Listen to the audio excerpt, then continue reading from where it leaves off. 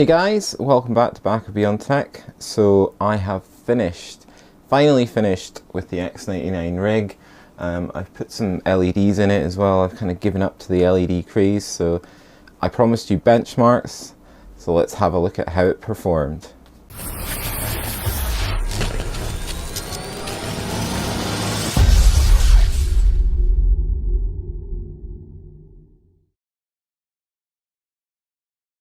Hi guys, so like I said, I finished with the X99 rig. It's taken me a bit longer than I thought. I ran into some issues. For instance, you're going to see a time spy score on this, but I couldn't get Firestrike to run for some reason. I'm still looking into that. It will load and then it just hangs. It doesn't do anything, and it's not like the computer doesn't crash. It's like the program just stops responding for some reason. So no Firestrike scores, but like I say, there is a DirectX 12 benchmark in there with Time Spy. Overall, I'm really happy with it. I love the new platform. I think X99 is great. I cannot wait to get an M.2 drive to put in there, and I can't wait to upgrade the GPU and also start water cooling it with a custom loop. I've been looking at stuff from EK and things like that recently, but that's probably going to be beginning of next year before I get around to doing that. So guys, with no further ado, we'll get into the benchmarks. And just to let you know, with the gaming benchmarks, I did the same run 3 times and I just took an average just there. So it's not just 1 run, it's 3 runs. But anyway, like I said, let's take a look at those benchmarks. Shut up and sit down.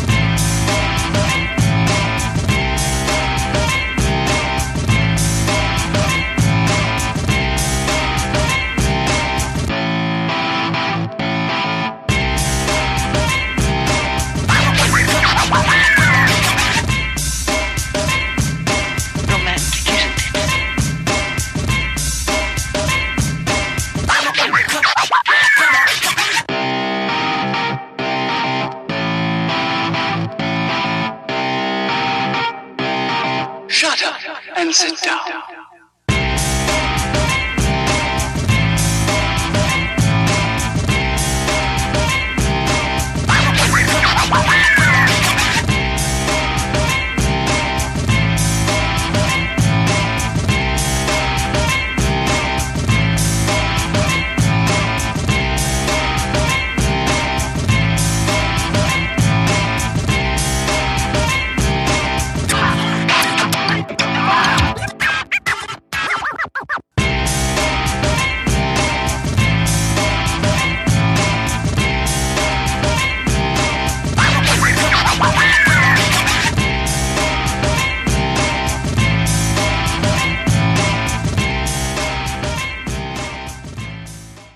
So I think you can see from the benchmarks that whether it's productivity or gaming, X99 is really good. I'm loving the 6800K. That Cinebench score was absolutely insane, over 1200 points. Very surprised about that. I'm quite happy about that as well. How well that's going to transform into real world productivity related tasks, I'm not sure. I haven't edited a video on this rig yet. I've still to do that. Gaming benchmarks, like, I'm really happy with the performance in Battlefield 1 and obviously in Doom, and the Rise of the Tomb Raider numbers were pretty impressive as well. The main thing I do like about this PC though, and moving over to the X99 platform, is that it's just allowed me to play in 1440p on sort of high ultra settings generally. All the benchmarks were done in ultra at a steady 60 plus FPS. That's the main difference I've noticed moving from my old FX 6300. And I mentioned that before, that I didn't think the card was being bottlenecked, the 970 was being bottlenecked too much, but having moved over to the X99 platform, I'm now realizing that everything is that bit smoother and more fluid, and it's a nicer experience in general to play.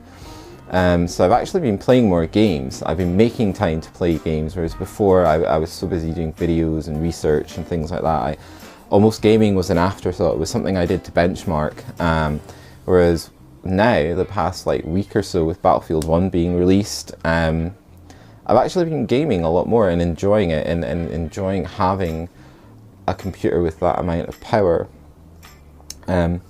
That being said, it does raise a few questions for me, and the biggest one, apart from my upgrade path, which is kind of completely different, that'll come down to money and things like that. Looking at that Cinebench score, is 63% higher than my rendering machine gets, and I'll put a link up to the benchmarking video for the rendering machine right here. If you click there, you'll be able to see it. And that does raise a big question mark for me, because although I only spent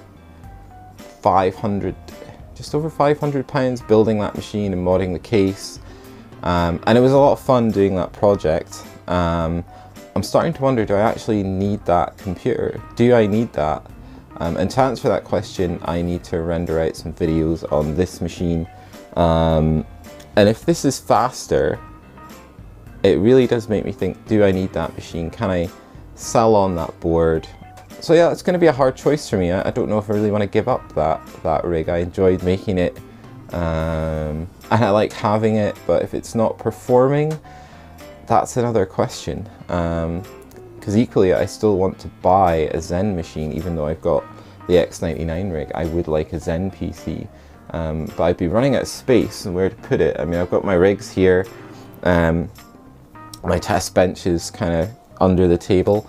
I've also got a few PCs up behind you that I'm fixing for, I suppose you call them clients, or people I know that have approached me to do work for them. So that's it, guys. I'm really happy with the performance X99 has brought me. I don't think I've wasted the best part of £1,000. That was my worry, is like, am I going to see a benefit there? And I think I'm seeing a huge benefit to having stepped up to that platform.